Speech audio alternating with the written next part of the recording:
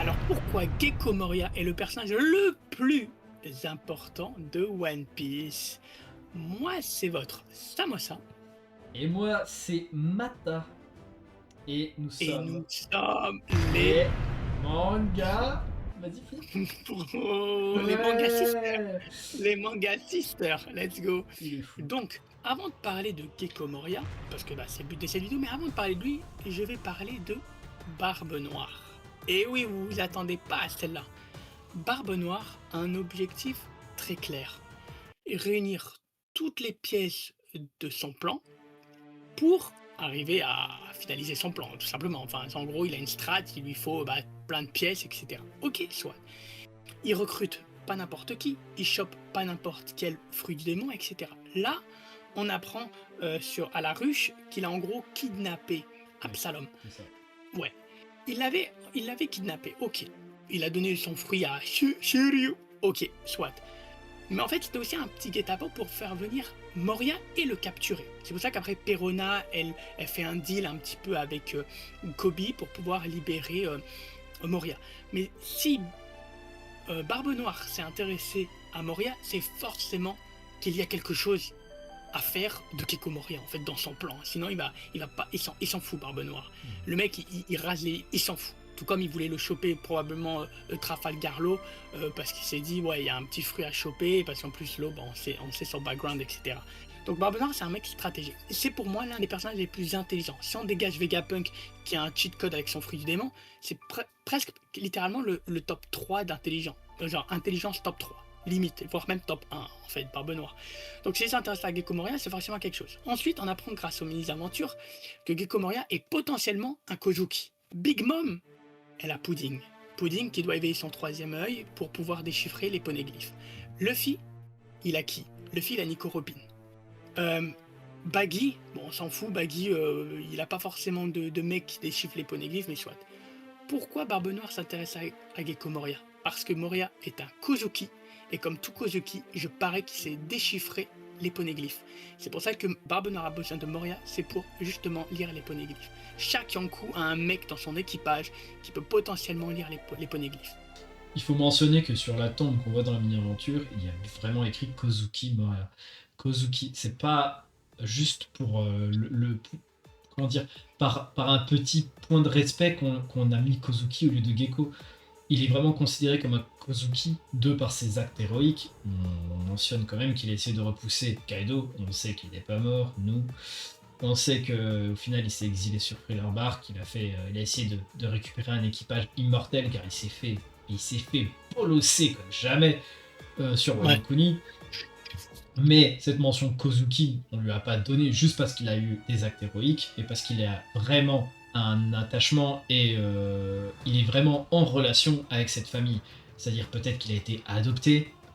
Les gens pensent que à God Valley, on le voit enfant et comment il s'appelle, et que Kuma l'a sauvé grâce à son fruit de la patoune, grâce à son fruit des coussinets. Ensuite, il a pu, à partir de Sorbet, partir à Wano Kuni où il a été pris en charge par justement la famille Kozuki. S'il a été pris en charge par la famille Kozuki, rien n'a empêché la famille Kozuki de l'adopter complètement et de lui apprendre les secrets de la famille Kozuki, qui est de pouvoir écrire sur les poneglyphes, ce qui est quand même extrêmement pété, parce qu'on rappelle que les poneglyphes, on ne sait pas du tout de quelle matière c'est fait, mais ça ne se détruit pas facilement, voire je ne sais pas si ça c'est destructible, on ne sait pas. Moi je te rejoins pas mal sur le fait que l'importance de Gecko Moria est peut-être similaire à celui de Nico Robin à l'heure actuelle dans l'histoire de One Piece. Donc un personnage que beaucoup de personnes veulent avoir dans leur équipage. D'où le moment, je rebondis sur ce que tu as dit, d'où le moment assez étrange à Marineford où il se fait prendre à part par Doflamingo, où Gecko Moria lui dit pourquoi c'est qui veut me tuer, c'est Sengoku, c'est ça, et que Doflamingo lui répond non non non non, au-dessus. Sauf qu'au-dessus de Sengoku, on sait très bien qui c'est le Gorosei, et le Gorosei au-dessus c'est Imu, et Imu aime bien éteindre les lumières de l'histoire. Et j'ai envie de te dire, quand il y a la dissolution des Shichibukai, la marine et tout ça, ils essayent d'attaquer les Shibugai sur leur. Genre, Amazon Lily, Mihawk, ils essayent de le dénicher, etc. Mais là, le fait de vouloir éliminer Gecko Moria en scred à Marineford, ça a pas le même goût.